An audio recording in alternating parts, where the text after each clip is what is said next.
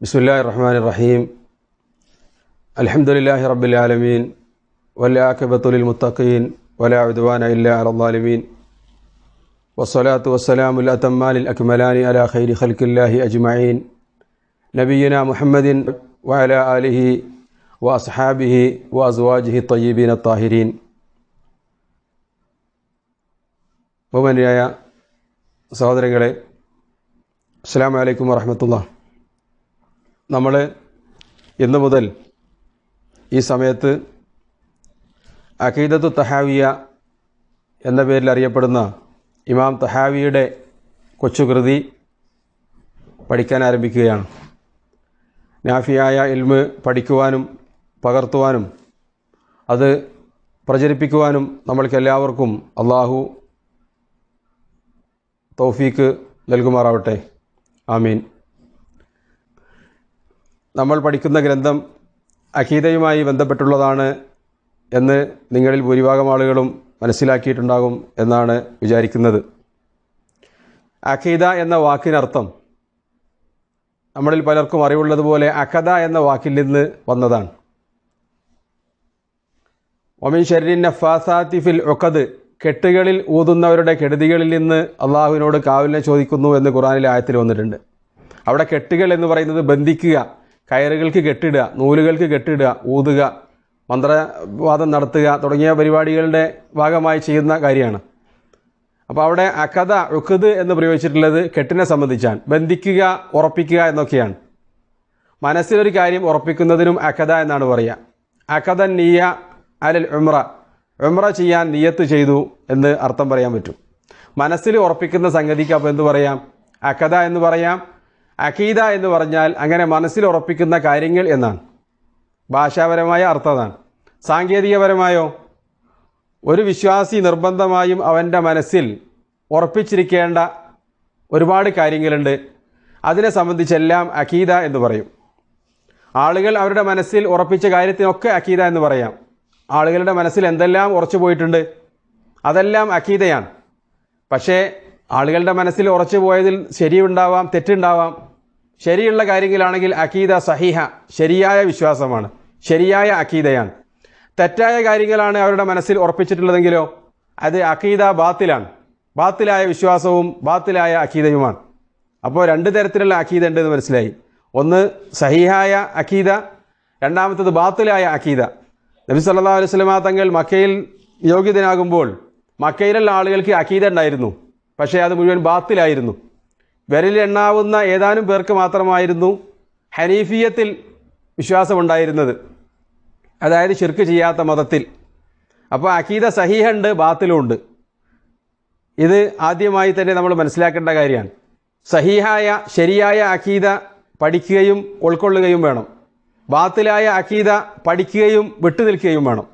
അപ്പോൾ പഠിക്കൽ അതും ആവശ്യമാണ്. അത്യാവശ്യമായി ബാത്തിലായ കാര്യങ്ങൾ എന്തൊക്കെയാണ് എന്ന് മനസ്സിലാക്കിയിരിക്കൽ നമ്മളുടെ സഹിയായ അഖീദയ്ക്ക് ഉറപ്പുവരാൻ നിർബന്ധമാണ്. അഖീദയുടെ പ്രാധാന്യത്തെ സംബന്ധിച്ച് നമ്മൾക്ക് ഈ മുഖവുരയിൽ മനസ്സിലാക്കാൻ പറ്റും. നമ്മെ സംബന്ധിച്ചിടത്തോളം ഇസ്ലാം ദീനിന് വ്യത്യസ്ത മർത്തബകളുണ്ട്. ഇസ്ലാം, ഈമാൻ, ഇഹ്സാൻ, ഇത് മൂന്നുമാണ് ഇസ്ലാം ദീനിൻ്റെ മർത്തബകൾ. ഈമാൻ കാര്യങ്ങൾ, വിശ്വാസ കാര്യങ്ങൾ; ഇസ്ലാം കാര്യങ്ങൾ, കർമ്മകാര്യങ്ങൾ.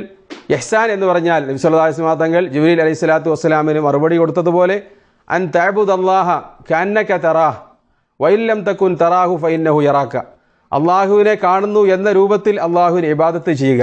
ഇതാണ് ഇസ്ലാം ദീനിൻ്റെ മർത്തബകൾ. ഇസ്ലാം ദീന് പഠിക്കുമ്പോൾ അതിന് വ്യത്യസ്ത മേഖലകളുണ്ട്. ഉദാഹരണത്തിന് ഇപ്പോൾ നമ്മൾ പറഞ്ഞ അഖീദ, അതല്ലാത്ത മേഖലകളുണ്ട്, അത് ശരീഅത്താണ്. പിന്നെയും മേഖലകളുണ്ട്, അത് അഖ്ലാഖ്, സുഹുദ്, അങ്ങനെ വേർതിരിക്കാൻ പറ്റും. ഇതൊക്കെ നമ്മൾക്ക് എല്ലാവർക്കും ഇസ്ലാമിനെ സംബന്ധിച്ച് മനസ്സിലാക്കിയ ആളുകൾ എന്ന നിലയിലൊക്കെ അറിയാൻ പറ്റുന്നതാണ്. അഖീദ എന്ന് പറഞ്ഞാൽ വിശ്വാസ കാര്യങ്ങളെ സംബന്ധിച്ചായിരിക്കും അതിലുള്ള ചർച്ച. ശരീഅത്തിലോ ഇസ്ലാമിലെ അമലിയാത്തുകളെ സംബന്ധിച്ചാണ്. അത് നമ്മളും നമ്മളുടെ റബ്ബ് ഖാലിക്കും തമ്മിലുള്ള ബന്ധം നന്നാക്കുന്ന കർമ്മപരമായ ഇബാദത്തുകളായിരിക്കാം. അതല്ലെങ്കിൽ സൃഷ്ടാവും സൃഷ്ടികളും തമ്മിലുള്ള ബന്ധമല്ല, സൃഷ്ടികൾ പരസ്പരമുള്ള ബന്ധം, അതിനെ സംബന്ധിച്ച് വിശദീകരിക്കുന്ന മുആമലാത്തുകളെ സംബന്ധിച്ചായിരിക്കാം. ഇത് രണ്ടും കൂടി കടന്നു വരുന്ന അഖ്ലാഖുകളെ സംബന്ധിച്ചായിരിക്കാം. അതൊക്കെ വ്യത്യസ്ത മേഖലകളാണ്. അപ്പോൾ അഖീദ, ശരീഅത്ത്, അഖ്ലാഖ്, സുഹുദ് എന്നൊക്കെ പറഞ്ഞ് ഇസ്ലാമിൻ്റെ വ്യത്യസ്ത മേഖലകളുണ്ട്. നമ്മളിപ്പോൾ ചർച്ച ചെയ്യുന്നത് ഏതാണ്? അഖീദ. ഇതാണ് ഇസ്ലാം ദീനിൻ്റെ അടിത്തറ. ഇസ്ലാം ദീനിൻ്റേത് മാത്രമല്ല, ഏത് മതങ്ങൾ പരിശോധിച്ച് നോക്കിയാലും ഏത് ചിന്താധാരകൾ പരിശോധിച്ച് നോക്കിയാലും അതിൻ്റെയൊക്കെ ആശയപരമായ ഒരു അടിത്തറ ഉണ്ടാകും. അതിന്മേലായിരിക്കും അത് എടുക്കപ്പെട്ടിട്ടുണ്ടാവുക. ഇസ്ലാം ദീനിനെ സംബന്ധിച്ചിടത്തോളം നമ്മളുടെ അഖീദയാണ് ഏറ്റവും പ്രധാനം. അമലിയാത്തും പ്രധാനം തന്നെയാണ്. പക്ഷേ അഖീദയുടെ അടിസ്ഥാനത്തിലുള്ള അമലുകൾ മാത്രമാണ് അള്ളാഹു സ്വീകരിക്കുക. അതുകൊണ്ട് തന്നെ അഖീദ സാഫി ആയിരിക്കണം, വൃത്തിയുള്ളതായിരിക്കണം, ഒരു കലർപ്പുമില്ലാത്ത അള്ളാഹുവും അവൻ്റെ റസൂലും പഠിപ്പിച്ചതായിരിക്കണം എന്നത് ഇസ്ലാം നിഷ്കർഷിക്കുന്ന കാര്യമാണ്. കാരണം ഒരു വാക്ക് കൊണ്ട് ഒരാൾക്ക് ഇസ്ലാമിൽ പ്രവേശിക്കാൻ പറ്റും. ഏതാണ് ആ വാക്ക്? അഷ്ഹദു അല്ലാ ഇലാഹ ഇല്ലല്ലാഹ്. അതേപോലെ തന്നെ ഒരു വാക്ക് കൊണ്ട് ഒരാൾക്ക് ഇസ്ലാമിൽ നിന്ന് പുറത്തു പോകാനും പറ്റും. നഅൂദു ബില്ലാഹ്. കുഫറിൻ്റെ ഒരു വാക്ക് പറഞ്ഞാൽ മതി. അയാളുടെ മനസ്സിലുള്ള വിശ്വാസം ഉറപ്പിച്ചാണ് ആ പറഞ്ഞതെങ്കിൽ അവൻ ഇസ്ലാമിൽ നിന്ന് പുറത്തു പോകും. നബി സല്ലല്ലാഹു അലൈഹി വസല്ലം തങ്ങളോട് അള്ളാഹു മുന്നറിയിപ്പ് നൽകിയത് ലഇൻ അശ്റക്ത ലയഹ്ബതന്ന അമലുക വലതകൂനന്ന മിനൽ ഖാസിരീൻ. നിങ്ങളെങ്ങാനും ശിർക്ക് ചെയ്താൽ നിങ്ങളുടെ അമലുകൾ നഷ്ടപ്പെടുകയും നഷ്ടക്കാരിൽപ്പെട്ട് നീ നരകത്തിൽ പതിക്കുകയും ചെയ്യുമെന്നാണ്.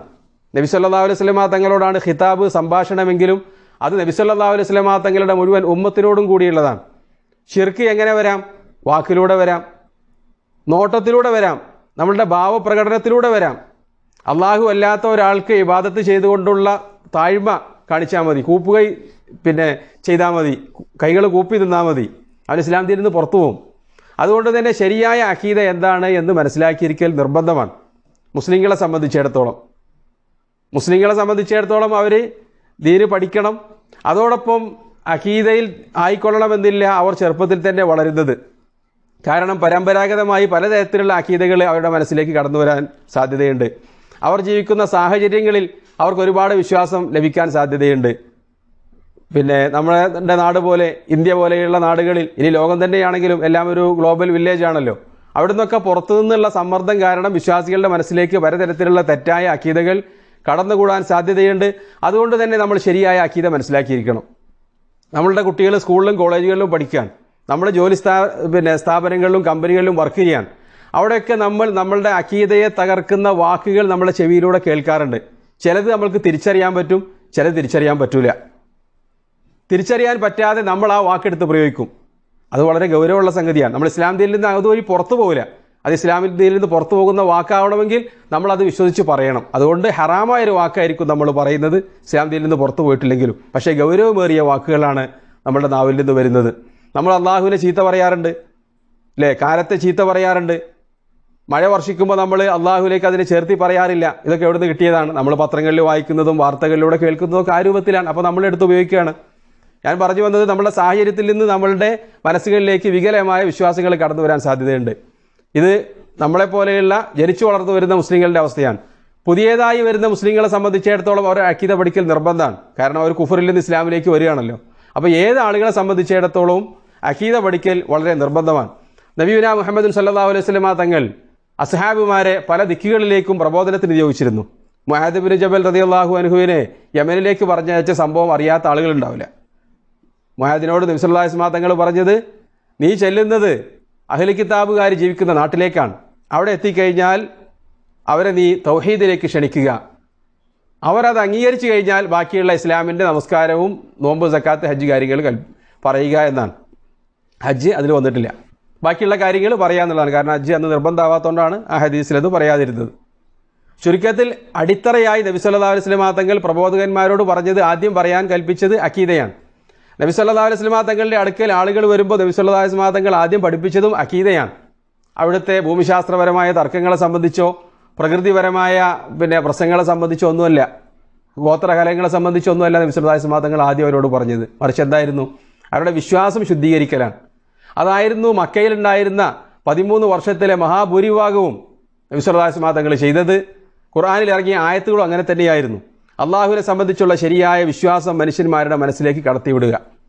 അതവർ അംഗീകരിച്ചു കഴിഞ്ഞാൽ, ഉൾക്കൊണ്ട് കണ്ടു കഴിഞ്ഞാൽ മാത്രമേ ബാക്കിയുള്ള കർമ്മങ്ങൾക്ക് അള്ളാഹുവിൻ്റെ അടുക്കൽ സ്വീകാര്യത ലഭിക്കുള്ളൂ.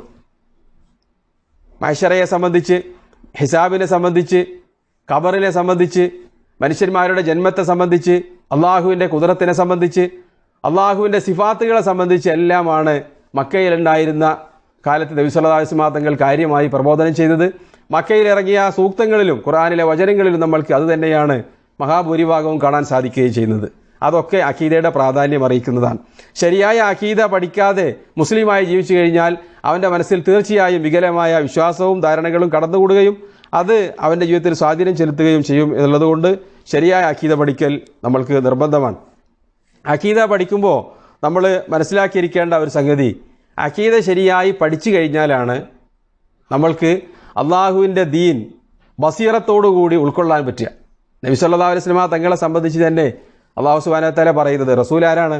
ഒരു ശിർക്കൻ വിശ്വാസവും ജാഹിലിയ കാലത്തിൽ പോലും കടന്നുകൂടാത്ത മനുഷ്യനാണ് സല്ലല്ലാഹു അലൈഹി വസല്ലം. ആ നബി സല്ലല്ലാഹു അലൈഹി വസല്ലം തങ്ങളെ സംബന്ധിച്ച് അള്ളാഹു പറയുന്നത്, വകദാലിക ഔഹൈനാ ഇലൈക റൂഹൻ മിൻ അംരിനാ മാ കുൻത തദ്രീ മൽ കിതാബു വലൽ ഈമാൻ.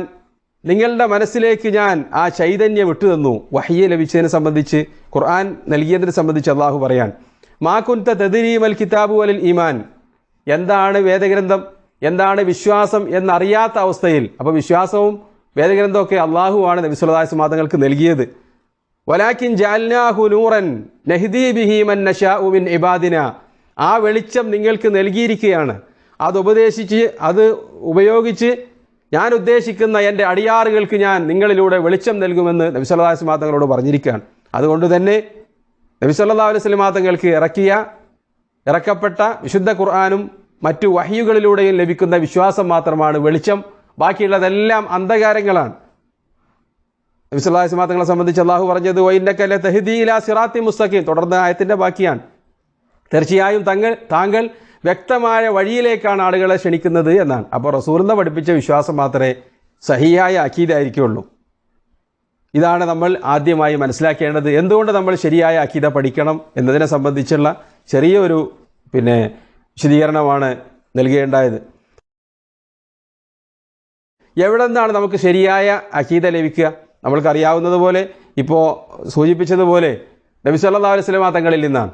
ഖുർആനിലൂടെയും ഹദീസിലൂടെയും റസൂലിനെ പഠിപ്പിച്ചതാണ്. അത് നമ്മൾക്ക് എവിടെ നിന്ന് ലഭിക്കും? അത് അതിൻ്റെ സ്രോതസ്സുകളിൽ നിന്ന്. അത് ലഭിക്കാനുള്ള ശരിയായ മാർഗം എവിടെയാണ്? അത് തിരിച്ചറിയുകയും ഉൾക്കൊള്ളുകയും ചെയ്യണം. മുസ്ലിങ്ങളെ സംബന്ധിച്ചിടത്തോളം ആരും ഖുർആനും ഹദീസും നിഷേധിക്കില്ല. ഞങ്ങളെല്ലാവരും അതിൻ്റെ ആളുകളാണ് എന്നാണ് പറയുക. ഖുർആനിനെയും ഹദീസിനെയും നിഷേധിക്കാൻ വേണ്ടി വേറെ ലോകത്തേക്ക് പോയ ഒരാളൊരു സംഘടന ഉണ്ടാക്കിയിരുന്നു. അതിൻ്റെ പേര് ഖുർആൻ സുന്നത്ത് സൊസൈറ്റി എന്നാണ്. അപ്പോൾ നമ്മൾ വിചാരിക്കും, തെറ്റിദ്ധരിച്ചേക്കാം, അയാൾ ഹദീസിനെ നിഷേധിച്ച് ഖുർആൻ അംഗീകരിക്കുക എന്നതാണ്. അല്ല, ഖുർആനിനെയും അയാൾ നിഷേധിച്ചിരുന്നു. അയാൾ സർവ്വമത സത്യവാദമായിരുന്നു പറഞ്ഞിരുന്നത്. അവസാനത്തിൽ അദ്ദേഹത്തിൻ്റെ അവസാന ജീവിതകാലത്തിലൊക്കെ അത് വളരെ വ്യക്തമായി തന്നെ പ്രകടമായിരുന്നു. ചുരുക്കത്തിൽ എല്ലാവരും അങ്ങനെ വാദിക്കും. അപ്പോൾ നമ്മൾ എന്ത് ചെയ്യണം? എവിടുന്ന് അത് ശരിക്കും ലഭിക്കും? നബി സല്ലല്ലാഹു അലൈഹി വസല്ലം തങ്ങൾ തന്നെ മുന്നറിയിപ്പ് നൽകിയതുപോലെ ദീർഘമായി അവിടുത്തെ വഫാത്തിന് തൊട്ട് മുമ്പുള്ള ദിവസങ്ങളിൽ നബി സല്ലല്ലാഹു അലൈഹി വസല്ലം തങ്ങൾ സഹാബിമാരെ ഉപദേശിച്ചുകൊണ്ട് പറയുകയുണ്ടായി, ഫഇന്നഹു മൻ യഅ്ശു മിൻകും ബഅദി ഫസയറ ഇഖ്തിലാഫൻ കസീറ, എൻ്റെ മരണശേഷം, എൻ്റെ കാലശേഷം നിങ്ങളുടെ കൂട്ടത്തിൽ നിന്ന് ജീവിക്കാൻ അവസരം ലഭിക്കുന്ന ആളുകൾ ഒരുപാട് ഭിന്നതകൾക്ക് സാക്ഷിയായേക്കാം, ഖിലാഫാത്തുകൾ കണ്ടേക്കാം. അങ്ങനെ കാണുമ്പോൾ ഫഅലൈക്കും ബിസുന്നത്തി വസുന്നത്തി ഖുലഫാഇർ റാഷിദീൻ അൽ മഹ്ദിയീന മിൻ ബഅദി തമസ്സകൂ ബിഹാ വഅദ്ദു അലൈഹാ ബിന്നവാജിദ്. അങ്ങനെ ഭിന്നതകളും പിളർപ്പുകളും അഭിപ്രായ വ്യത്യാസങ്ങളും വരുമ്പോൾ നിങ്ങൾ എൻ്റെ സുന്നത്തിനെ മുറുകെ പിടിക്കുക, എനിക്ക് ശേഷം വരുന്ന സച്ചരിതരായ എൻ്റെ അനുയായികളെയും എൻ്റെ പിൻഗാമികളെയും അത് നിങ്ങൾ കടിച്ചു പിടിക്കുക അണപ്പല്ലുകൾ കൊണ്ട് എന്നാണ്. ഒരു കയറ് നമ്മളുടെ അടുക്കൽ നിന്ന് ഒരാൾ വലിച്ചെടുക്കുകയാണ്. ആ സമയത്ത് നമ്മളുടെ കയ്യിൽ നിന്ന് ഊരിപ്പോകുമെന്ന് ഭയപ്പെട്ടാൽ നമ്മൾ പിന്നെ പല്ലുകൾ കൊണ്ട് കൂടി കൂട്ടിപ്പിടിച്ച് കടിക്കുകയാണ്. ആ രൂപത്തിൽ നബി സല്ലല്ലാഹു അലൈഹി വസല്ലം തങ്ങൾ അതിനെ വർണ്ണിച്ചിരിക്കുകയാണ്. ഒരിക്കലും നിങ്ങൾ വിടാൻ പാടില്ല നബി സല്ലല്ലാഹു അലൈഹി വസല്ലം തങ്ങളുടെയും റസൂലിൻ്റെ സഹാബിമാരുണ്ടായിരുന്ന സുന്നത്തിനെയും എന്ന് നബി സല്ലല്ലാഹു അലൈഹി വസല്ലം തങ്ങൾ പഠിപ്പിക്കുകയാണ്. അതുകൊണ്ട് തന്നെ അതിലാണ് ശരിയായ അഖീദ നമ്മൾക്ക് ലഭിക്കുക. അതിൻ്റെ പ്രത്യേകത എന്തായിരുന്നു? നബി സല്ലല്ലാഹു അലൈഹി വസല്ലം തങ്ങളുടെയും സഹാബിമാരുടെയും അഖീദയുടെ പ്രത്യേകത, അത് അവരുടെ കർമ്മങ്ങളെ പോലെ തന്നെ ഖുർആനിലും ഹദീസിലും മാത്രമാണ് അത് നമുക്ക് കാണാൻ പറ്റുക. വേറെ ഒരു തർക്കശാസ്ത്രത്തിലോ അല്ലെങ്കിൽ വേറെ എന്തെങ്കിലും ഫിലോസഫിയിലോ മറ്റെന്തെങ്കിലും കഥകളിലോ കെട്ടുകഥകളിലോ ഒന്നും കാണാൻ പറ്റില്ല. സഹീഹായ ഹദീസിലും ഖുർആനിലും മാത്രമാണ് ശരിയായ വിശ്വാസം ഉണ്ടാവുക. പഴയ ഗ്രന്ഥങ്ങളിൽ പോലും നമുക്കത് കാണാൻ പറ്റില്ല. അതിലേക്ക് പോകേണ്ടതില്ല. നബി സല്ലല്ലാഹു അലൈഹി വസല്ലം തങ്ങളുടെ കാലത്ത് ഒരു സംഭവം ഉണ്ടായി. സയ്യിദുനാ ഉമർ ഇബ്നുൽ ഖത്താബ് റളിയല്ലാഹു അൻഹു അദ്ദേഹത്തിൻ്റെ സുഹൃത്തായിരുന്ന ബനൂ ഖുറൈദയിൽപ്പെട്ട ഒരു യഹൂദൻ്റെ കയ്യിൽ നിന്ന് തൗറാത്തിൻ്റെ ചില പേജുകൾ അദ്ദേഹത്തിന് കിട്ടി. അദ്ദേഹത്തിന് ഭയങ്കര അത്ഭുതമായി. നബി സല്ലല്ലാഹു അലൈഹി വസല്ലം തങ്ങൾക്ക് മുമ്പ് മൂസാ നബി അലൈഹി ഇസ്ലാമിന് ലഭിച്ച തൗറാത്താണ്. അപ്പോൾ അതിൻ്റെ ശരിയായ പകർപ്പായിരിക്കും അത് എന്ന ധാരണയിൽ അങ്ങനെ തന്നെയായിരുന്നു എന്നാണ് മനസ്സിലാകുന്നത്. അദ്ദേഹം അത്ഭുതത്തോടെയും സന്തോഷത്തോടെയും, നബി സല്ലല്ലാഹു അലൈഹി വസല്ലം തങ്ങളെ സത്യപ്പെടുത്തിക്കൊണ്ടുള്ള കിതാബ് തന്നെയാണല്ലോ, ആ സന്തോഷത്തോടു കൂടി റസൂലിൻ്റെ മുമ്പിലേക്ക് വന്നു. പക്ഷേ നബി സല്ലല്ലാഹു അലൈഹി വസല്ലം തങ്ങൾ അദ്ദേഹത്തിനെ സ്വീകരിച്ചത് സന്തോഷത്തോടു കൂടിയല്ല, മറിച്ച് റസൂലുള്ളാഹി ചോദിക്കേണ്ടായത് ദേഷ്യത്തോടു കൂടി, കോപത്തോടു കൂടി, അവ മുത്തഹവ്വികൂന ഫീഹാ യബ്നൽ ഖത്താബ്, ഖത്താബിൻ്റെ പുത്ര, നിങ്ങൾ ഇതൊക്കെ കണ്ടിട്ട് അതിൻ്റെ പുറകെ പോവുകയാണോ? മൂസാ നബി ലൗകാന മൂസ ഹയ്യൻ ലമാ വസിയഹു ഇത്തിബായി, തൗറാത്തിൻ്റെ ഒരു പേജല്ലേ നിങ്ങൾക്ക് കിട്ടിയത്? മൂസാ നബിയെ തന്നെ അള്ളാഹു ഇപ്പോൾ ഉയർത്തെഴുന്നേൽപ്പിച്ച് കൊണ്ടുവന്നാൽ പോലും അദ്ദേഹത്തിന് എൻ്റെ ബേക്കിൽ അണിനിരന്നുകൊണ്ട് സ്വർഗത്തിൽ പോകാൻ പറ്റുമെന്നല്ലാതെ മറ്റൊരു മാർഗവും അദ്ദേഹത്തിനില്ല എന്ന് നബി സല്ലല്ലാഹു അലൈഹി വസല്ലം തങ്ങൾ പറയാൻ. അപ്പോൾ ശരിയായ കാര്യമെന്ന് പറഞ്ഞിട്ട് വേറുള്ളതിൻ്റെ കൂടെ ഒന്നും കൂടേണ്ട ആവശ്യമില്ല. ഖുർആനിലും ഹദീസിലും മാത്രമാണ് ശരിയായ അഖീദയും ശരിയായ സിറാത്തുൽ മുസ്തഖീമും ഉള്ളത് എന്ന് നമ്മൾ തിരിച്ചറിയണം. അതേപോലെ തന്നെ ഖുർആനിൻ്റെയും ഹദീസിൻ്റെയും അത് രണ്ടിനെയും ഉൾക്കൊള്ളാനുള്ള ഒരു രീതിശാസ്ത്രമുണ്ട്. അതിൻ്റെ പ്രത്യേകത നമ്മളുടെ ബുദ്ധിയെയും നമ്മളുടെ ചിന്തയെയും മാറ്റിവെച്ച് അതിന് പ്രാമുഖ്യം നൽകാതെ ഖുർആനിലും ഹദീസിലും പറഞ്ഞതായിരിക്കണം നമ്മളുടെ ചിന്തയും നമ്മളുടെ ബുദ്ധിയും നമ്മളുടെ യുക്തിയും. അങ്ങനെ മാറുന്നത് വരെ ഒരാൾക്ക് ശരിക്കും ഖുർആനും ഹദീസും ഉൾക്കൊള്ളാൻ പറ്റില്ല. എത്രയോ അനുഭവങ്ങൾ നമ്മൾക്ക് സഹാബിമാർ വിവരിച്ചു തന്നിട്ടുണ്ട്. അതിന് കഴിയാത്ത ആളുകൾ ഇസ്ലാം ദീനിൽ നിന്ന് പുറത്തു പോയത്, അങ്ങനെ ചോദ്യവും തർക്കമൊക്കെ വന്ന ആളുകൾ. ആയിഷ റളിയല്ലാഹു അൻഹയുടെ അടുത്ത് ഒരു സ്ത്രീ വന്നിട്ട് ചോദിച്ചല്ലോ, മാ ബാലുൻ നിസായി, എന്താണ് സ്ത്രീകളുടെ അവസ്ഥ? അവർക്ക് ആർത്തവ സമയത്ത് അവർ നമസ്കരിക്കുന്നില്ല, എന്നാൽ അവർ ആ സമയത്ത് നഷ്ടപ്പെട്ടു പോയ നോമ്പ് വീട്ടണം, ഇതെന്താ ഇസ്ലാം ദീനിൽ ഇങ്ങനെ?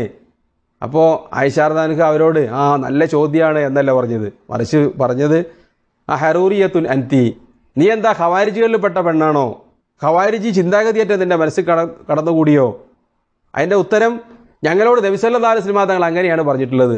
റസൂലുള്ളാഹി ഞങ്ങളോട് പറഞ്ഞു നിസ്കാരം വീട്ടേണ്ടതില്ല, നോമ്പ് വീട്ടിയാൽ മതി. ഞങ്ങൾ അതിനെ സംബന്ധിച്ച് ഇങ്ങനെ ചോദ്യം ചോദിച്ചിട്ടില്ല. കണ്ടോ നിങ്ങൾ, അവർക്കിടയിൽ അങ്ങനെ ചോദ്യം തന്നെ ഉണ്ടായിട്ടില്ല. എന്താണത് എന്നൊരു അന്വേഷണം ഉണ്ടായിട്ടില്ല. മറിച്ച് അള്ളാഹും റസൂലും പറഞ്ഞാൽ ആമന്ന വസല്ലംന, ഞങ്ങൾക്ക് സമ്മതമായി, ഞങ്ങൾ സ്വീകരിച്ചു, ഞങ്ങൾ വിശ്വസിച്ചു എന്നതായിരുന്നു അവരുടെ നിലപാട്. ആ നിലപാടായിരിക്കണം ഖുർആനിലും ഹദീസിലും സ്ഥിരപ്പെട്ടു വന്ന കാര്യങ്ങൾ. അതിൻ്റെ അപ്പുറത്തേക്ക് പിന്നെ ചൊഴിഞ്ഞ് അന്വേഷിക്കുക, അതിനെ സംബന്ധിച്ച് ഒരു യുക്തി മനസ്സിലാക്കിയിട്ടില്ലെങ്കിൽ നമുക്കൊരു സമാധാനം കിട്ടാതിരിക്കുക, അത് ബുദ്ധിക്കെതിരാന്ന് പറഞ്ഞ് തള്ളിക്കളയുക. നമ്മളെപ്പോലുള്ള മനുഷ്യന്മാരെ തലവേദന വന്നാലും നമ്മളുടെ എല്ലാ പ്ലാനും ക്യാൻസലായി പോകും. നമ്മളുടെയൊക്കെ ദൗർബല്യങ്ങൾ നമുക്കറിയാൻ പറ്റും. നമ്മളുടെ കൂട്ടത്തിൽ എത്ര ആളുകളുണ്ട് ഭാര്യമാരെ തലാക്ക് ചൊല്ലിയിട്ട് പിന്നെ മടക്കിയെടുക്കുന്ന ആളുകൾ? ഒരുപാട് ആൾക്കാരുണ്ട്, 10,000-കണക്കിന് ആൾക്കാരുണ്ടാവും. അതേപോലെ തന്നെ എന്തെല്ലാം സംഗതികൾ നമ്മൾ ക്യാൻസൽ ചെയ്ത് വീണ്ടും പിന്നെ ചെയ്യാറുണ്ട്. ഒരു പ്രാവശ്യം ചെയ്യും, വീണ്ടും ക്യാൻസൽ ചെയ്യും, പിന്നെ മടക്കി ചെയ്യും, ഇതൊക്കെ ചെയ്യാറുണ്ട്. എന്താ കാരണം? ഓരോ സമയത്ത് നമ്മളെ ചിന്താഗതികൾ മാറ്റി പറയാൻ. ആ രൂപത്തിൽ നമ്മളുടെ അക്കീദ മാറ്റി നമുക്ക് ഏത് സമയവും ഇങ്ങനെ പിന്നെ ബുദ്ധിക്കനുസരിച്ച് മാറ്റാനും ഉറപ്പിക്കാനും പറ്റുമോ? അങ്ങനെ ചെയ്യാൻ പറ്റിയ കാര്യമല്ല വിശ്വാസം എന്ന് പറയുന്നത്. മറിച്ച് അത് ഖുർആനിലും ഹദീസിലും പറഞ്ഞതിൻ്റെ അടിസ്ഥാനത്തിൽ മാത്രം നമ്മൾ ചെയ്യേണ്ട കാര്യമാണ് എന്നതാണ് നമ്മൾ ഒന്നാമതായി തന്നെ മനസ്സിലാക്കിയിരിക്കേണ്ടത്. അതാണ് അക്കീദയുടെ പ്രത്യേകത. മൂന്നാമത്തെ ഒരു പ്രത്യേകത അൽ അദബു മഅൻ നുസൂസ്, സഹാബിമാരുടെ ഒരു പ്രത്യേകതയായിരുന്നു, സലഫു സാലിഹീങ്ങളുടെ ഒരു പ്രത്യേകതയായിരുന്നു. നമ്മൾക്കും ആ പ്രത്യേകത വേണം. അത് ഖുർആനിനോടും ഹദീസിനോടും അദബ് പുലർത്തുക എന്നുള്ളതാണ്. അതിൽ പറഞ്ഞ കാര്യങ്ങളെ തമാശ പറയുക, ഉദാഹരിച്ച് കളിയാക്കുക, പരിഹസിക്കുക, അതൊന്നും ചെയ്യാൻ പാടില്ല. മറിച്ച് ഖുർആനിലും ഹദീസിലും പറഞ്ഞ കാര്യങ്ങളോട് അതിൻ്റേതായ പിന്നെ നിലപാടുകൾ സ്വീകരിക്കണം. അതിൻ്റെ ബഹുമാന്യതയും തഅ്ലീമും ആദരവും നമ്മൾ നൽകിയിരിക്കണം. നമുക്കറിയാലോ, ഖുർആനിൽ അള്ളാഹു പറഞ്ഞതാണ് അർ റഹ്മാനു അലൽ അർശിസ്തവ, അള്ളാഹു അവൻ്റെ സിംഹാസനത്തിൽ ഉപവിഷ്ടനാണ്. ഇസ്തിവാ എന്ന് പറഞ്ഞ വാക്കിന് അർത്ഥം എന്താണെന്നറിയോ? ഇരിക്കുക എന്നാണ്. ഇത് അറബികൾ ആ കാലത്തും പ്രയോഗിച്ചത് തന്നെയാണ്. പക്ഷേ ഖുർആനിൽ അർ റഹ്മാനു അലൽ അർശിസ്തവ എന്ന് പറഞ്ഞപ്പോൾ ഒരു സഹാബിയും വന്നിട്ട് റസൂലിനോട് ചോദിച്ചിട്ടില്ല ഇസ്തിവാ എന്ന് പറഞ്ഞാൽ ഇരിക്കുകയല്ലേ, അപ്പോൾ അള്ളാഹു എങ്ങനെ ഇരിക്കുക എന്നവരാരും ചോദിച്ചിട്ടില്ല. മറിച്ച് അവരതങ്ങനെ ഉൾക്കൊള്ളുക ചെയ്തത്. അതുകൊണ്ടാണ് ഇമാം ഹസനുൽ ബസരി റഹ്മത്തുള്ളാഹി അലൈഹി ഉമ്മു സലമ റളിയല്ലാഹു അൻഹയിൽ നിന്ന് ഉദ്ധരിക്കുന്ന ഇമാം ലാലക്കായി കൊണ്ടുവന്ന സഹീഹായ റിപ്പോർട്ട് കാണാൻ പറ്റും. അവർ പറയുകയുണ്ടായി അൽ ഇസ്തിവാഉ മഅലൂമുൻ വൽ കൈഫു മജ്ഹൂലുൻ വസ്സുആലു അൻഹു ബിദ്അത്തുൻ. എന്താണ് ഇസ്തിവാ എന്ന് പറഞ്ഞാൽ നമുക്ക് എല്ലാവർക്കും അറിയാം. വൽ കൈഫു മജ്ഹൂലുൻ, എന്നാൽ അള്ളാഹു എങ്ങനെയാണ് ഇസ്തിവാ ചെയ്യുന്നത് എന്ന് നമുക്കറിയാൻ പറ്റൂല. വസ്സുആലു അൻഹു ബിദ്അത്തുൻ, അതിനെപ്പറ്റി അന്വേഷിക്കൽ ബിദ്അത്താണ്, ചോദിക്കാൻ പാടില്ല എന്ന് ഹസനുൽ ബസരി മുന്നറിയിപ്പ് നൽകുകയുണ്ടായി ഉമ്മു സലമ റളിയല്ലാഹു അൻഹയിൽ നിന്ന് ഉദ്ധരിച്ചുകൊണ്ടാണ്. അപ്പോൾ ഖുർആനിലും ഹദീസിലും പറഞ്ഞ കാര്യങ്ങൾ അങ്ങനെ വിശ്വസിക്കുക. നമ്മളുടെ വാക്കുകളാണ് പരിശോധിക്കുകയും പുനർവിചിന്തനം നടത്തുകയും ചെയ്യേണ്ടത്. ഖുർആനിലും ഹദീസിലും വന്ന നസ്സുകൾക്ക് ആ രൂപത്തിലുള്ള വിലയിരുത്തലിൽ നമ്മൾ മുതിരാൻ പാടില്ല. നാലാമത്തെ ഒരു സംഗതി, സഹാബിമാർ എങ്ങനെയാണ് ദീന് മനസ്സിലാക്കിയത് അങ്ങനെ മനസ്സിലാക്കുക. ഇതൊക്കെ നമ്മളിപ്പോൾ ആളുകളോട് പറയേണ്ട ഒരു അവസ്ഥയിലേക്ക് മുസ്ലിം ഉമ്മത്ത് എത്തിച്ചേർന്നു എന്നുള്ളതാണ്. ഉമ്മത്ത് മാത്രമല്ല, ഉമ്മത്തിൻ്റെ ഉലമാക്കളിൽ പല ആളുകളും. അതാണ് അത്ഭുതം. ഈ ദീൻ നമ്മൾ സഹാബിമാരിലൂടെ അല്ലാതെ പിന്നെ എങ്ങനെ മനസ്സിലാക്കും? പക്ഷെ അവരെ മാറ്റി വെച്ചുകൊണ്ട് സഹാബിമാർ പിന്തിരിപ്പന്മാരായിരുന്നു, വിവരമില്ലാത്തവരായിരുന്നു എന്നൊക്കെ ആക്ഷേപിക്കുന്നവിടത്തേക്ക് എത്തിച്ചേർന്നിരിക്കുകയാണ് നമ്മളിലെ ഉമ്മത്തിൽപ്പെട്ട പല ആളുകളും. ഇമാം ബുഖാരി സഹീഹിൽ പല സ്ഥലങ്ങളിൽ കൊണ്ടുവന്ന ഒരു ഹദീസുണ്ട്. നബി സല്ലല്ലാഹു അലൈഹി വസല്ലം തങ്ങളുടെ അടുക്കിലേക്ക് ഒരു യഹൂദ പുരോഹിതൻ കയറി വന്നു. എന്നിട്ട് റസൂലിനോട് ചോദിച്ചു, നിങ്ങളുടെ ഖുർആനിൽ അള്ളാഹു ആകാശഭൂമികളെ വലതു കൈയിൽ ചുരുട്ടിപ്പിടിക്കുമെന്നൊരു ആയത്തുണ്ടോ?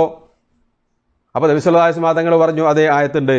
വസ്സമാവാതു മത്വിയാതും ബിയമീനിഹി വൽ അർദു ജമീഅൻ ഖബ്ദതുഹു യൗമൽ ഖിയാമ, അന്ത്യനാളിൽ ആകാശഭൂമികളെ അള്ളാഹു ചുരുട്ടിപ്പിടിക്കും, അള്ളാഹുവിൻ്റെ ഒരു പിടുത്തത്തിലാണ് ഭൂമി മുഴുവൻ എന്ന് ഖുർആനിലുണ്ട്. അള്ളാഹുവിൻ്റെ വിരലുകൾക്കിടയിലാണ് അത് മുഴുവൻ ഉണ്ടാവുക എന്ന് ഹദീസിലും വന്നിട്ടുണ്ട്. ഇത് യഹൂദൻ പറഞ്ഞപ്പോൾ നബി സല്ലല്ലാഹു അലൈഹി വസല്ലം തങ്ങൾ ചിരിച്ചുകൊണ്ട് തൻ്റെ കോട്ടുപല്ലുകൾ അണപ്പല്ലുകൾ കാണുന്ന രൂപത്തിൽ വെളുക്ക ചിരിച്ചുകൊണ്ടാണ് അദ്ദേഹത്തിന് അംഗീകരിച്ചത്.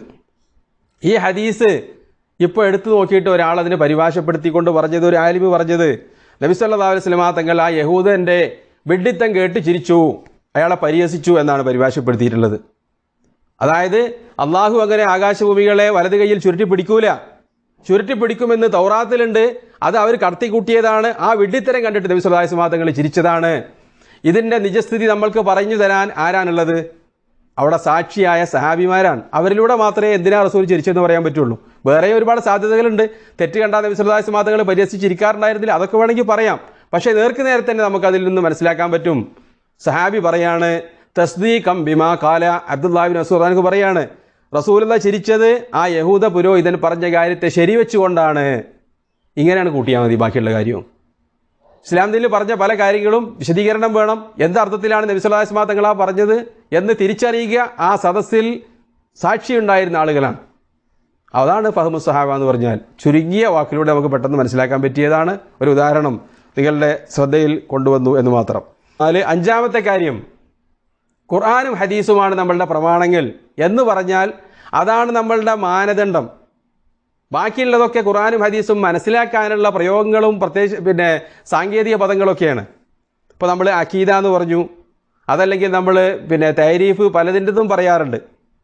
ഇബാദത്ത് അതിൻ്റെ നിർവചനം, ദുആ അതിൻ്റെ നിർവചനം, ഇങ്ങനെ പഠിക്കുന്ന കാര്യങ്ങളെല്ലാം ഖുർആനും ഹദീസും മനസ്സിലാക്കാനുള്ള മീഡിയകൾ മാത്രമാണ്, ഉപാധികൾ മാത്രമാണ്. അതല്ല നമ്മളുടെ ആത്യന്തിക ലക്ഷ്യവും നമ്മളുടെ ആത്യന്തിക പ്രമാണവും അതല്ല. അതൊക്കെ നമ്മൾ പഠിക്കാൻ വേണ്ടി കൊണ്ടുവന്നതാണ്.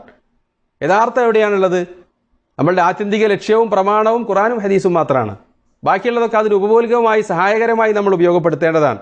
അപ്പോൾ അതുകൊണ്ട് തന്നെ നമ്മളുടെ നിർവചനം അതല്ല മാനദണ്ഡം, മറിച്ച് ഖുർആനും ഹദീസുമാണ്.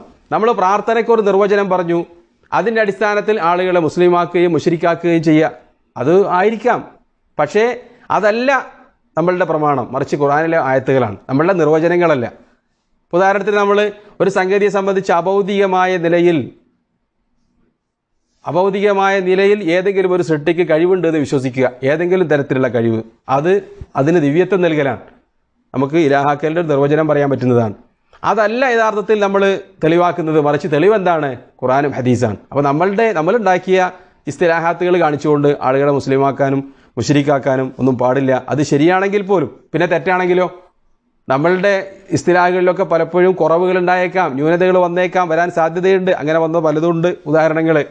അതിൻ്റെയൊക്കെ അടിസ്ഥാനത്തിൽ ആളുകളോട് ചോദിക്കുക, ഇത് അഭൗതികമാണോ ഭൗതികമാണോ? ഭൗതിക എന്ന് പറഞ്ഞാൽ ഞങ്ങളൊപ്പം, അഭൗതിക എന്ന് പറഞ്ഞാൽ ഞങ്ങളുടെ പുറത്ത് എന്നൊന്നും പറയാൻ നമ്മൾക്ക് ലൈസൻസ് ഇല്ല, അനുവാദവുമില്ല. നേരെ മറിച്ച് ഈ ആയത്തിനെ സംബന്ധിച്ച് നിങ്ങളുടെ അഭിപ്രായം എന്താണ്? അതിൻ്റെ അടിസ്ഥാനത്തിൽ ഒരാൾ മുസ്ലിമും മുശ്രിക്കാവും എന്നല്ലാതെ നമ്മൾ കൊണ്ടുവരുന്ന ഏതെങ്കിലും പ്രത്യേക വാക്കുകളുടെ അടിസ്ഥാനത്തിൽ ഒരാളെയും അങ്ങനെ മുസ്ലിമാക്കാനോ മുശ്രിക്കാക്കാനോ പാടില്ല. ഒന്നിൻ്റെ അടിസ്ഥാനത്തിൽ മുസ്ലിമാക്കാനോ മുശ്രിക്കാക്കാനോ പാടില്ല. പക്ഷേ ഷിർക്കും പിന്നെ കുഫറൊക്കെ വേർതിരിച്ചറിയാനുള്ള മാനദണ്ഡം നമ്മളുടെ ഇങ്ങനെയുള്ള ഇസ്തിലാഹുകളല്ല, മറിച്ച് ഖുർആനിലെ വചനങ്ങളും നബി സല്ലല്ലാഹു അലൈഹി വസല്ലം തങ്ങളുടെ ഹദീസുകളുമാണ് എന്ന് നമ്മൾ തിരിച്ചറിയുകയും അതിലേക്ക് മടങ്ങുകയും വേണം. സഹാബിമാരുടെ അഖീദയുടെ പ്രത്യേകതയായി ഈ ആദ്യം പറഞ്ഞ 3 കാര്യങ്ങൾ, ഖുർആനിനും ഹദീസിനും പ്രാമുഖ്യം നൽകുക, അതേപോലെ തന്നെ ബുദ്ധിക്ക് പ്രാധാന്യം നൽകാതിരിക്കുക. അതിൻ്റെ അർത്ഥം നമ്മളെല്ലാവരും പൊട്ടന്മാരാകുക, ഇസ്ലാം ദീൻ ബുദ്ധിയെ ആക്ഷേപിച്ചിട്ടുണ്ട് എന്നൊന്നുമല്ല. നമ്മളുടെ ബുദ്ധിയുടെ ന്യൂനത അംഗീകരിക്കുക എന്നുള്ളതാണ്. പലപ്പോഴും നമ്മളുടെ നിഗമനത്തിനും കണക്കുകൂട്ടലുകൾക്കും അപ്പുറത്താണ് ശരീഅത്തിലെ കൽപ്പനകളും നിയമങ്ങളും. അതുകൊണ്ടാണ് ഇമാം ഖത്തീബുൽ ബഗ്ദാദി അദ്ദേഹത്തിൻ്റെ അൽ ഫഖീഹ് വൽ മുത്തഫഖിഹ് എന്ന അദ്ദേഹത്തിൻ്റെ ഗ്രന്ഥത്തിൽ 100 കണക്കിന് ഉദാഹരണങ്ങൾ കൊടുത്തിരിക്കുകയാണ് നമ്മളുടെ കണക്കുകൾക്കും നിഗമനങ്ങൾക്കും എതിരായി ഖുർആനിലും ഹദീസിലും വന്നത്. എന്നിട്ട് അദ്ദേഹം പറയാണ്, ഇങ്ങനെ വരുന്നത് കൊണ്ടാണ് നിഗമനത്തിൻ്റെ അടിസ്ഥാനത്തിൽ മതനിയമങ്ങൾ ആവിഷ്കരിക്കാൻ പാടില്ല, നിഗമനങ്ങളുടെ അടിസ്ഥാനത്തിൽ വിശ്വാസകാര്യങ്ങൾ പറയാൻ പാടില്ല എന്ന് ഉലമാക്കൾ പറഞ്ഞിട്ടുള്ളത് എന്ന് അദ്ദേഹം ആ ചാപ്റ്ററുകൾ അവസാനിപ്പിച്ചുകൊണ്ട് പറയാൻ. അതിനൊക്കെ 100 കണക്കിന് ഉദാഹരണങ്ങൾ നമുക്കറിയാൻ പറ്റും. അഖിലിൻ്റെ ചിന്തയുടെ മാത്രം അടിസ്ഥാനത്തിലല്ല, മറിച്ച് ഖുർആനിൻ്റെ വന്നിട്ടുള്ള പ്രമാണത്തിൻ്റെ അതേപോലെ തന്നെ ഹദീസിൽ വന്നിട്ടുള്ള പ്രഖ്യാപനങ്ങളുടെ അടിസ്ഥാനത്തിലാണ് നമ്മൾ ഇസ്ലാം ദീൻ മനസ്സിലാക്കേണ്ടത് എന്നാണ്. അങ്ങനെയുള്ള മനസ്സിലാക്കിയ ഗ്രന്ഥങ്ങളിൽപ്പെട്ടൊരു ഗ്രന്ഥമാണ് നമ്മൾ പഠിക്കാൻ പോകുന്ന അഖീദത്തുൽ തഹാവിയ. ഇൻഷാ അല്ലാഹ് അടുത്ത ആഴ്ച മുതൽ നമ്മൾ ആ ഗ്രന്ഥത്തിലേക്ക് പ്രവേശിക്കും. അഖീദ എന്ന പേരും അതേപോലെ തന്നെ ആ തരത്തിലുള്ള പ്രത്യേകം ഒരു പഠന രീതിയൊക്കെ പിൽക്കാലത്ത് വന്നതാണ്. നബി സല്ലല്ലാഹു അലൈഹി വസല്ലം തങ്ങളുടെയും സഹാബിമാരുടെയും കാലത്തുണ്ടായിരുന്നില്ല. മറിച്ച് ആദ്യഘട്ടങ്ങളിലൊക്കെ പലപ്പോഴും ഉസൂലുദ്ദീൻ, മതത്തിൻ്റെ അടിത്തറകൾ പഠിക്കുക എന്നതായിരുന്നു പറയാറുള്ളത്. ഉസൂലുദ്ദീൻ എന്ന് പറയാൻ കാരണം ഫുറൂഉദ്ദീൻ വേറുണ്ട്. ഫുറൂ എന്ന് പറഞ്ഞാൽ അമലിയാത്ത്, നിസ്കാരം, നോമ്പ്, സക്കാത്ത് തുടങ്ങിയ കാര്യങ്ങൾ, അതാണ് ഫുറൂഉദ്ദീൻ, അസ്ല് ഈമാനിക കാര്യങ്ങൾ. പിന്നീട് താബീങ്ങളുടെ കാലഘട്ടം കഴിഞ്ഞപ്പോഴേക്ക് പറയാറുണ്ടായിരുന്നത് പലപ്പോഴും അസുന്ന എന്നാണ് അഖീദക്ക് പറയാറുണ്ടായിരുന്ന പേര്. അങ്ങനെ ഗ്രന്ഥങ്ങൾ രചിച്ചിട്ടുണ്ട്. ഇമാം അഹ്മദ് ബിൻ ഹംബലിൻ്റെ കിതാബ് സുന്നയുണ്ട്, ഇമാം അബൂബക്കർ ഖല്ലാലിനുണ്ട്, അതേപോലെ തന്നെ മറ്റൊരുപാട് മുഹദ്ദിസുമാരായ ഇമാമികൾക്ക് കിതാബ് സുന്ന എന്ന പേരിൽ അഖീദ ഗ്രന്ഥങ്ങളുണ്ട്. അതിനു മുമ്പ് തന്നെ വന്നതാണ് ഫിഖ്ഹുൽ അക്ബർ എന്ന പേര്. ഫിഖ്ഹുൽ അക്ബർ എന്ന് പറഞ്ഞാൽ എന്താ? ആ പേരിൽ ഉള്ളതുപോലെ തന്നെ വലിയ ഫിഖ്ഹ്. അപ്പോൾ ഫിഖ്ഹ് 2 തരത്തിലുണ്ട്. ഫിഖ്ഹുൽ അക്ബർ അഖീദ, ഫിഖ്ഹുൽ അസ്ഗർ അമലിയാത്തുകൾ. ഇമാം അബൂ ഹനീഫക്ക് കിതാബുണ്ട് റഹ്മത്തുള്ളാഹി അലൈഹി, ഫിഖ്ഹുൽ അക്ബർ. അപ്പോൾ അഖീദയിൽ ഗ്രന്ഥം ഉണ്ടാർക്ക് ഇമാം അഹ്മദ് ബിൻ ഹംബലിന്, അതിൻ്റെ മുമ്പുണ്ടായിരുന്ന ഇമാം അബൂ ഹനീഫക്ക് ഒക്കെ അഖീദയിൽ കിതാബുണ്ട്. നമ്മളെ പല ആളുകളും തെറ്റിദ്ധരിച്ചതുപോലെ ഇമാം അബുൽ ഹസൻ അശ്ശരി വന്നിട്ടല്ല പിന്നെ അഖീദ പഠിപ്പിച്ചത്. നബി സല്ലല്ലാഹു അലൈഹി വസല്ലം തങ്ങളുടെയും സഹാബിമാരുടെയും അഖീദ സഹാബിമാർ ഉൾക്കൊണ്ടിരുന്നു. അതിനുശേഷം ഉണ്ടായിരുന്ന താബിഈങ്ങളും അവരുടെ താബികളൊക്കെ ഉൾക്കൊണ്ടിരുന്നു. അവർക്ക് ഗ്രന്ഥങ്ങളും ആ വിഷയത്തിലൊക്കെ ഉണ്ടായിരുന്നു എന്ന് സൂചിപ്പിക്കാൻ വേണ്ടിയാണ്. പിന്നീടാണ് ഇൽമു തൗഹീദ് എന്ന് വന്നിട്ടുള്ളത്. തൗഹീദ് എന്നുള്ള വാക്ക് മുആദിനോട് നബി സല്ലല്ലാഹു അലൈഹി വസല്ലം തങ്ങൾ പറഞ്ഞ ആ വാക്ക് തന്നെ ഉണ്ടല്ലോ ആ ഹദീസിൽ. അതേപോലെ തന്നെ വേറെയും സന്ദർഭങ്ങളിൽ നമുക്ക് തൗഹീദ് നബി സല്ലല്ലാഹു അലൈഹി വസല്ലം തങ്ങൾ പ്രയോഗിച്ചത് കാണാൻ പറ്റും, സഹാബിമാർ പ്രയോഗിച്ചത് കാണാൻ പറ്റും. അതിൽ ഗ്രന്ഥങ്ങളുണ്ട്, പണ്ഡിതന്മാർ രചിച്ചിട്ടുണ്ട്. ഇമാം അബൂബക്കർ ഇബ്നു ഹുസൈമ റഹ്മത്തുള്ളാഹി അലൈഹി കിതാബ് തൗഹീദ് എന്ന പേര് ഗ്രന്ഥമുണ്ട്. വേറെയും ഇമാം ഇബ്നു മന്ദക്കുണ്ട്, മറ്റുള്ള ഒരുപാട് ഗ്രന്ഥങ്ങൾ നമുക്ക് കാണാൻ പറ്റും കിതാബ് തൗഹീദ് എന്ന പേരിൽ. പിന്നീടാണ് ഇൽമുൽ കലാം എന്നതിന് പ്രയോഗിച്ച് വരാൻ തുടങ്ങിയത്. പക്ഷേ ഇൽമുൽ കലാം എന്ന് പിന്നീട് ആക്ഷേപകരമായ പേരായി മാറി. ഇൽമുൽ കലാമിൻ്റെ പിന്നിൽ കൂടിയ പല ആളുകളും അത് തർക്കവും ജദലും ആക്കി മാറ്റിയപ്പോൾ പിന്നീട് സുന്നത്തിൻ്റെ പണ്ഡിതന്മാർ ഇൽമുൽ കലാം എന്ന് അവരെയാണ് ഉദ്ദേശിച്ച് പറയാറുണ്ടായിരുന്നത്. യഥാർത്ഥ അഖീദയെയും തൗഹീദിനെയും സൂചിപ്പിക്കാൻ വേണ്ടി ഇൽമുൽ കലാം എന്ന് പറയാറില്ല, മറിച്ച് തർക്കശാസ്ത്രത്തിൻ്റെ ആളുകളെയാണ് ആ രൂപത്തിൽ പിൽക്കാലത്ത് അറിയപ്പെട്ടത്. അപ്പോൾ ഇൽമുൽ കലാം എന്നത് ആക്ഷേപകരമായ പഠനമായി പിൽക്കാലത്ത് പ്രതിപാദിക്കപ്പെടുകയും തൗഹീദ് അല്ലെങ്കിൽ അഖീദ എന്നാണ് അഹ്ലുസുന്നത്ത് വൽ ജമാഅത്ത് അഖീദയ്ക്ക് വേണ്ടി പ്രയോഗിച്ചു വരാറുള്ളത് എന്ന് പറഞ്ഞുകൊണ്ട് നമ്മളുടെ ഈ മുഖവുര ചെറിയ രൂപത്തിൽ അവസാനിപ്പിക്കുകയാണ്. വളരെ വിശാലമായി നമ്മൾ പഠിക്കേണ്ട ഒരു വിഷയമാണിത്. സഹാബിമാരുടെ അഖീദ എങ്ങനെയായിരുന്നു, അവരുടെ രീതിശാസ്ത്രം എങ്ങനെയായിരുന്നു എന്നതൊക്കെ അഖീദയുടെ ഈ മുഖവുരയ്ക്ക് ശേഷം ഇൻഷാ അല്ലാഹ് അടുത്ത ആഴ്ച നമ്മൾ ഇമാം തഹാവിയുടെ ഗ്രന്ഥം പഠിക്കാൻ ആരംഭിക്കും. അല്ലാഹു സുബ്ഹാനഹു വ തആല നമ്മൾക്കെല്ലാവർക്കും തൗഫീക്ക് നൽകുമാറാവട്ടെ. നമ്മളിതുവരെ സംസാരിച്ചതിനെയും കേട്ടതിനെയും അല്ലാഹു ഒരു സാലിഹായ കർമ്മമായി സ്വീകരിക്കുമാറാവട്ടെ. അതിനെ അല്ലാഹു നമ്മൾക്ക് നാഫിയായ ഇൽമാക്കി മാറ്റുമാറാവട്ടെ. റബ്ബനാ തഖബ്ബൽ മിന്നാ ഇന്നക അൻത സമീഉൽ അലീം വതുബ് അലൈനാ ഇന്നക അൻത തവ്വാബുർ റഹീം വആഖിറു ദഅവാനാ അനിൽ ഹംദുലില്ലാഹി റബ്ബിൽ ആലമീൻ. അസ്സലാമു അലൈക്കും വറഹ്മത്തുള്ളാഹി.